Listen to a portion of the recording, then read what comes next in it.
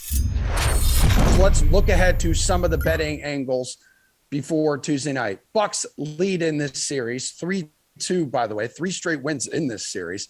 And it heads back to Milwaukee. Bucks will have a chance to kind of win it all on their home court. Suns will be big underdogs for this one, plus 170 on the money line. So let's get your initial take on this game 6, Kenny. Would you back Phoenix at this number, or is this series over? What do you think? Yeah, I've drank a lot of juice in this NBA Finals, and it's paid off for me for the most part. But I don't think that I want to take the Milwaukee Bucks at this number. I also don't want to take the Phoenix Suns on the money line. I think it's just going to be a pretty close game. I love taking the 5 points here that you're getting with Phoenix. You know, the Suns have played 2 really good games, really close games with the Milwaukee Bucks. They really should have won, early last week.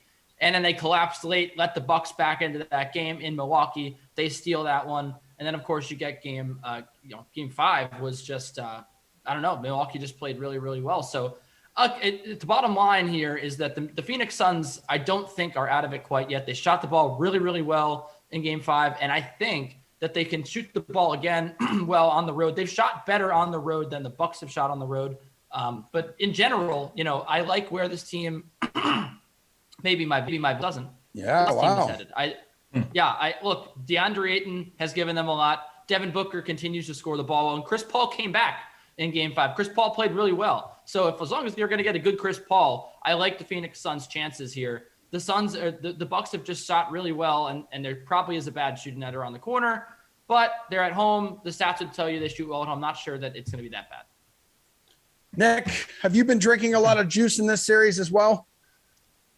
I have probably just as much as Kenny, in fact. And I feel very similarly about this game. I don't have a lot of conviction one way or the other. I will throw out one stat, though, that I heard on a podcast this morning.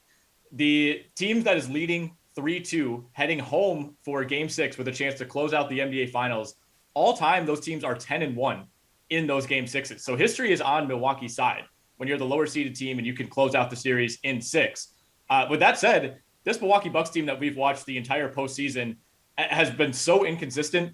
And I try not to let, the last game or the last 2 games erase all that or color my opinion too strongly. Milwaukee shot the ball extremely well, really from everywhere in game 5, as did Phoenix.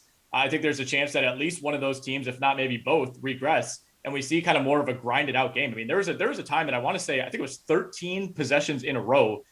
Each team scored 13 total possessions where it was just going back and forth. It was a lot of Devin Booker and Drew Holiday kind of trading baskets. I don't think we see that again. I think both teams kind of try to slow things down, as is often the case in a finals elimination game. Every possession becomes so important. And I think this ends up looking a lot like games 4 and games 5. Both of those were Milwaukee Bucks wins. I think that's now factored into this 5-point spread. But both of those games were extremely close throughout and really came down to the last 5 or 6 possessions. And the final scores were a little bit inflated, especially in game 4, just because some of the free throws at the end of those games. I mean, it was basically one possession deciding the game. And I think we get that again. These teams continue to be incredibly evenly matched. And Milwaukee, I think, especially has a little bit of room for regression with guys like Drew Holiday and Chris Middleton. Holiday played maybe the worst game of his playoff career in game 4, and then maybe the best game of his playoff career in game 5. He probably lands somewhere in the middle in game 6. Like Kenny said, Chris Paul looked a little better on Sunday night. We know what to expect from Booker. We know what to expect from Ayton. I think we get another really evenly matched game that probably finishes within, 3 or 4 points.